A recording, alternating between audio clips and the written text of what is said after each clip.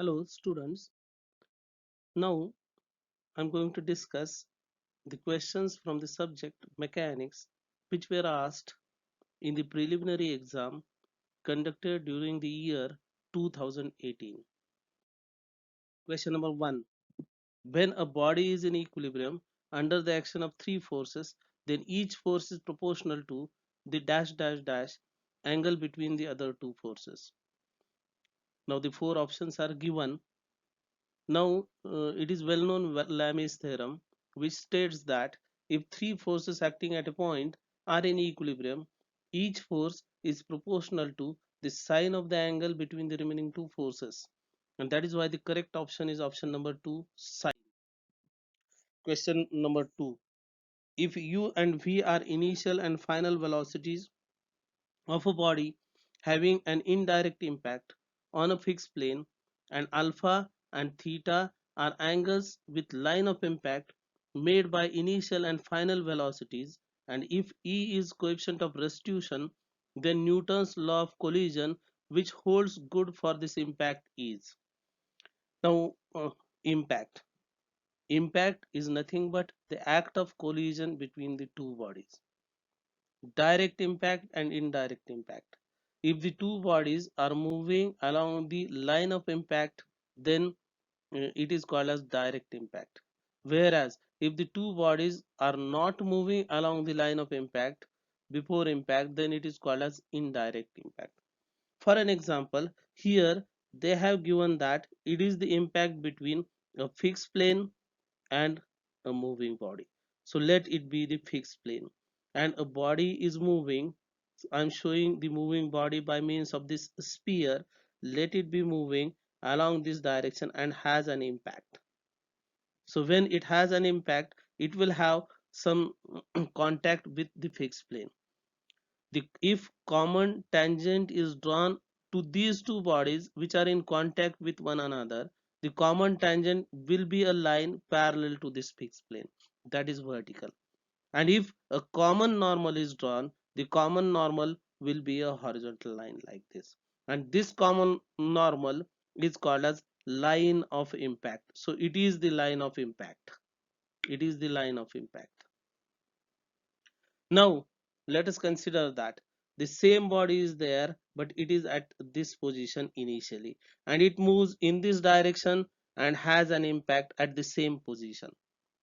Now, the line of motion of this body is this inclined line, whereas line of impact is the horizontal line. So the motion of the body is not along the line of impact in this case. In first case, the body is moving along the line of impact before impact. It is called as direct impact. So this case is the case of direct impact. Whereas in the second case, when the body is moving along the inclined direction and it is having an impact, it is the case of indirect impact. So here it is given that it is a case of an indirect impact. Now I am showing the figure once again. So it is the fixed plane. Say it is the fixed plane which is a vertical line. So this is a fixed plane, and the body is moving, say, along this course. So this is the line of motion of this body. I'm naming the body or this fixed plane as the body number 2. So it is body number 2, and the moving body as body number 1. So let the velocity of this moving body before impact is u1. u1 is the velocity. Now the velocity of the second body before impact is u2. Now the two bodies will have an impact over here at this position, and after having impact, the first body will get bounced back and it will be moving along, say, this inclined line which has been shown over there, making an angle theta with the horizontal, that is line of impact. So there are these two angles. The approaching velocity is having an angle of alpha with the line of impact, and the bouncing back velocity is making an angle theta with the line of impact, and let this velocity is v. So remember, this moving body is body number 1, the fixed plane is body number 2, u1 is the initial velocity of the moving body before impact. u2 is the initial velocity of the second body, which is the fixed plane before impact, and v is the velocity of the moving body, that is first body after impact.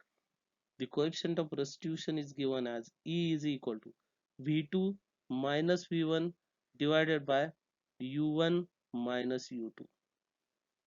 Now here the second body is a fixed plane. Before impact it is at rest. After impact it is at rest. So U2 and V2 both are 0. So U2 and V2, V2 is 0, U2 is 0. As such, E is going to be minus V1 divided by U1. So minus V1. V1 is the velocity of the first body after impact, which is V over here. So, but V is along the inclined direction. It is to be resolved along the X direction, that is along the line of impact, and it is going to be V cos theta. And as it is directed towards the positive x direction, I am considering it as positive, whereas the initial velocity of the first body before impact is u1, which is actually u over here, so its x component will be u cos alpha, but u cos alpha will be directed towards left over here. So u cos alpha is directed towards left, so I am denoting it as minus u cos alpha. So v2 is 0, so this one is 0, v u2 is 0, but it is minus v1 over there, so minus v cos theta will be there, minus v cos theta minus u cos alpha. Negative sign is there at both numerator as well as denominator, so both will get cancelled out. When we bring u cos alpha to the left hand side, it will become e into u cos alpha is equal to v cos theta, and that is why option 1 is the correct option. Now question number 3. Complete determination of resultant force of non-concurrent forces is the three options are given. First, determination of magnitude, determination of direction, determination of point on its line of action. Now whenever it is asked to get the resultant, it is obvious that we will have to get the magnitude as well as direction, because the force is a vector quantity. As such, resultant force is also a vector quantity. If all the forces are acting at a point, it is a concurrent force system, and when the concurrent force system is to be replaced by a single force, it is called as the resultant force, resultant of concurrent forces. So resultant also acts at the same point where the forces in a concurrent force system are acting, but it is not the case in case of non-concurrent forces. The forces are acting at different positions. As such, along with the magnitude and direction of the resultant force, in case of non-concurrent forces, we'll have to get the location or point of application of the resultant force also, and that is why option 3 is the correct option for question number 3. Question number 4. D'Alembert's principle states that if a rigid body is acted upon by a system of forces, this system of forces may be reduced to a single resultant force whose dash dash dash may be found out by the method of graphic statics. Now, when any rigid body is subjected to a system of forces which may be concurrent or non-concurrent, then in such cases, when the system of forces is to be replaced or reduced to a single force, then we have two methods. One is the analytical method, another is the graphical method. By means of graphical method also we can get the magnitude, direction and line of action of the resultant force, and that is why option number 4 is the correct option. Question number 5. The center of gravity of right circular cone of height h lies at a distance from vertex along the axis of rotation. Actually, at a distance dash dash dash from vertex along the axis of rotation, it should be written like that. Now this question is confusing because the type of the cone is not has not been mentioned here. The right circular cone, now whenever the word right is there, right circular cone is a cone in which the base of the cone is perpendicular to the axis, or axis of the cone is perpendicular to its base. Such a cone is called as right circular cone. So there can be two types of such cones. One is the solid cone. So suppose it is a solid cone. Now, so it is solid. And second can be a hollow cone. So it may be a hollow cone. If it is a solid cone, in case of solid cone, the CG lies at a distance h by 4. Whereas in case of a hollow cone, so this distance is h by 4 in case of solid cone. In case of hollow cone, the distance is h by 3. So in case of solid cone, the CG lies at a distance 3h by 4 from its apex. Whereas in case of hollow cone, it lies at a distance 2h by 3 from its apex. As the type of cone is not mentioned over here, this question has been omitted from this paper, uh, 2018. So the actual answer which is given in the answer key was hash over here. But if it were a solid cone, it will be 3h by 4. If it were a hollow cone, it will be 2h by 3. So question, that was question number 5. Now question number 6. In order to study the dynamic response of a body, it is important to locate the bodies. Now see, for an example, in order to answer this question, what I am doing is that I am considering this body. Suppose it is subjected to a force like this P, and its CG is over here. So it is the position of CG. Now the second case, it is subjected to a force like P, or this is the force P, and which is passing through CG. Now what happens in this second case is that when a body is subjected to a force which is passing through its CG, then this body will be put into a rectilinear motion, which is not the case over here in this one where the force is applied and it is not passing through the CG. So if such case is there, initially the body will get rotated about the CG in this manner. So it will get rotated and then it will be put into a rectilinear motion. So this is what the dynamic response of a given body is. Suppose a body is subjected to number of forces, and if their resultant is worked out, and if this resultant passes exactly through the CG, then in that case the body will be put into rectilinear motion. Whereas if the resultant do not pass through the CG, it will be initially subjected to a rotational motion, and thereafter it will then be moving along a straight line. So dynamic response of a body depends upon the position of center of mass or center of gravity. So correct option is option number 3 for this question. Question number 7. The component of the resultant linear impulse along any direction is equal to. Now the component of the resultant the component of the resultant linear impulse along any direction is equal to, the correct option is change in the component of momentum in that direction. So always we'll have to consider the change in momentum, and that is why option 2 is the correct option. Question number 8. In technique used to reduce a coplanar or parallel force system to a single resultant force, the resultant force is equal to. Now the resultant force is equal to, in order to get the resultant force, we'll have to check the x effect of all the forces, we'll have to check the y effect of all the forces, we'll have to check the rotational effect of all the forces, and the resultant should have the same x effect as that of the system of forces. The resultant should have the same y effect of the system of forces. The resultant should have the same rotational effect provided by the system of forces, and that is why the correct option for this question is none of these.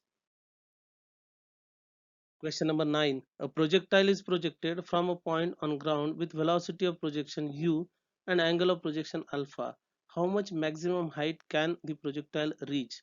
The correct option is option 2. It is a well-known formula. H is equal to u square sine square of alpha divided by 2g. Question number 10. A concurrent force system is one in which lines of action of all the forces intersect at a common point O, then the force system produces. Now, when it is a case of concurrent force system, now all the forces are acting at a single point. If we replace this force system by means of a single force or the resultant has the same point, or resultant has the same point of application.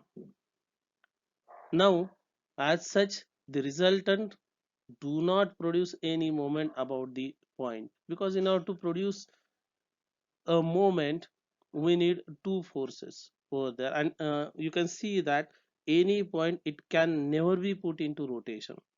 And if resultant force is acting at a point, it will not produce any moment at that point, and that is why the correct option is no moment at this point.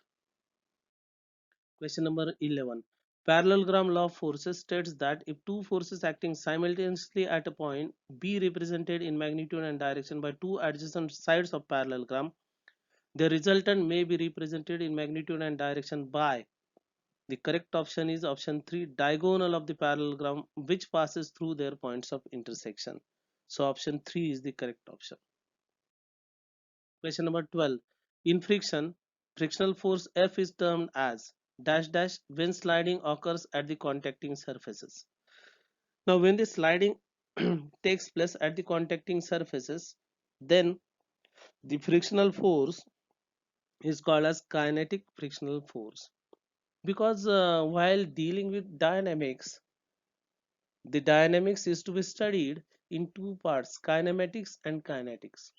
In kinematics, we do not consider forces, whereas in kinetics, we'll have to pay our attention towards the forces also, and that is why while studying the frictional force in motion, we'll have to pay our attention towards the frictional force, and that is why it is called as kinetic frictional force. Question number 13. The negative ratio of the relative velocities of two colliding bodies after and before collision is called as. Now, negative ratio of relative velocities. We know that, see, E is equal to, which is coefficient of restitution, V2 minus V1 divided by U1 minus U2. It can be written as minus V1 minus V2 divided by U1 minus U2. V1 minus V2 is the relative velocity of 1 with respect to 2. U1 minus U2 is again a relative velocity of 1 with respect to 2, and that is why it is the ratio of relative velocities, and you can see the negative sign over there also. So it is a negative ratio of relative velocities. So the correct option is option 1, coefficient of restitution. Question number 54. An automobile of mass 1000 kg moving at a velocity 54 kilometers per hour moves along a sag. This sag is a part of a circle of 15-meter radius. What is the reaction between the automobile and road while traveling at the lowest part of sag? Now it is a question related with circular motion. Now there is a sag. Sag is nothing but the road is in this form. It is in the form of a part of a circle. Now, suppose the vehicle is at this position. So this is the vehicle, and it is moving with a velocity of, so it is moving with a velocity of 54 kilometers per hour. So it is moving with 54 kilometers per hour like this. Now, when it is moving like this, if we study the forces acting on the vehicle in this position, we can see the first force is the normal reaction R. The weight of the body is acting downwards, which is mg. No, along with this weight, there is one more force which is called as centrifugal force. And this centrifugal force will also be acting in downward direction because it is always directed away from the center. So it will be acting in this direction, which is mv square by r. M is the mass of the body, v is the velocity with which the body is moving, and r is the radius of that circle along which the motion is taking place. Now, in order to get the normal reaction, we will have to equate these forces. So R is equal to mg plus mv square by r. And if we substitute all these values, the mass is given 1000 kg, velocity is 54 kilometers per hour, which means 15 meters per second, radius given as 15 meter. The answer works out to be 25 kilonewton, which is closer to 24.8 kilonewton, and that is why the option 1 is the correct option. So that's all. So this is how you can use your basic knowledge to solve the problems which are asked in examination. We'll also be explaining, or we'll be also be analyzing the remaining question papers also of the years 2017 and 2019. Please subscribe to our channel in order to know all these things. Okay, thanks.